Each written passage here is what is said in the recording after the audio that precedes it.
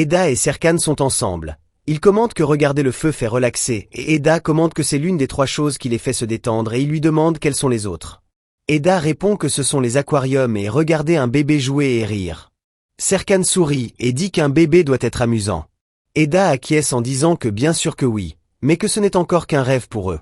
Serkan affirme qu'Eda est encore en train d'étudier et qu'ils ne sont même pas encore mariés.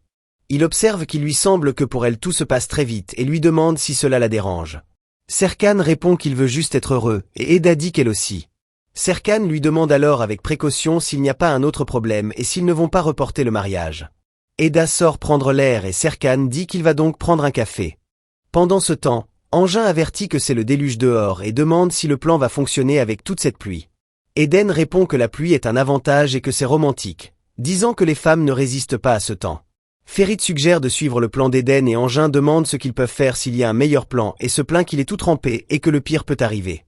Eden dit qu'ils peuvent penser à une autre option s'ils le souhaitent. Mais bientôt les femmes arrivent et sont accueillies avec enthousiasme.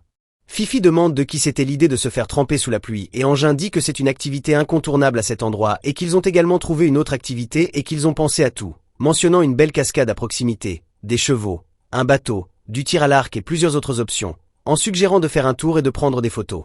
Eden demande alors pour la piscine et dit qu'ils ont tous raté la piscine avec toute cette pluie. L'une des femmes dit qu'elle avait dit que les hommes allaient inviter des femmes à une fête dans les bois et que c'était exactement ce qui se passait. Soudain Eda apparaît et mentionne le mariage en disant que Serkan veut le reporter. De l'autre côté, Serkan en parle aussi avec ses amis et ils sont sous le choc. Les amis d'Eda disent qu'elle a du mal comprendre, affirmant que Serkan ne ferait jamais ça et que c'est certainement un malentendu. Elle dit qu'elle est très triste et qu'elle veut faire un tour seule. Serkan cherche alors Eda et lui demande s'ils peuvent parler là maintenant. Les amis disent qu'elles vont faire un tour dans les bois. Eda confronte Serkan en disant qu'après tout il aime bien laisser beaucoup de gens en plan. Serkan répond qu'il n'a laissé personne en plan et lui demande de quoi elle parle. Eda dit avec colère qu'elle en est sûre et il lui demande ce qui se passe. Elle dit qu'il a reporté le mariage. Serkan est surpris et lui demande de quoi elle parle. Eda dit qu'elle l'a entendu au téléphone, qu'elle a entendu toute sa conversation. Serkan lui demande quelle conversation au téléphone. Eda répète ce qu'elle a entendu en disant qu'il a dit qu'il ne peut pas le dire à Eda, qu'il a commis une erreur et qu'il l'a mise sous pression. Serkan lui demande quand elle a entendu ça, Eda dit que c'était au bureau.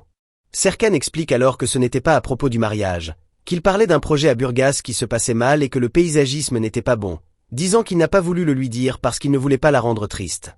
Eda écoute l'explication et réalise qu'elle avait tout mal compris, en lui demandant si c'était seulement ça et qu'il ne s'agissait que de travail.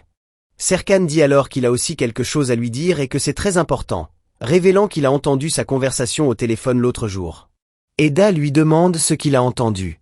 Serkan dit qu'elle se demandait ce qui allait se passer si elle regrettait tout. Eda explique à Serkan qu'elle parlait probablement avec son professeur et qu'elle voulait juste reporter un projet universitaire, pas le mariage, disant qu'elle ne voulait rien faire à la va-vite. Serkan lui demande si c'est pour ça tout ce stress de la veille. Les deux restent en silence en réalisant qu'ils ont passé toute la journée à se disputer à cause de malentendus complètement inutiles. Eda dit avec fermeté qu'elle ne veut reporter le mariage en aucun cas. Serkan sourit soulagé et les deux s'excusent l'un auprès de l'autre en même temps.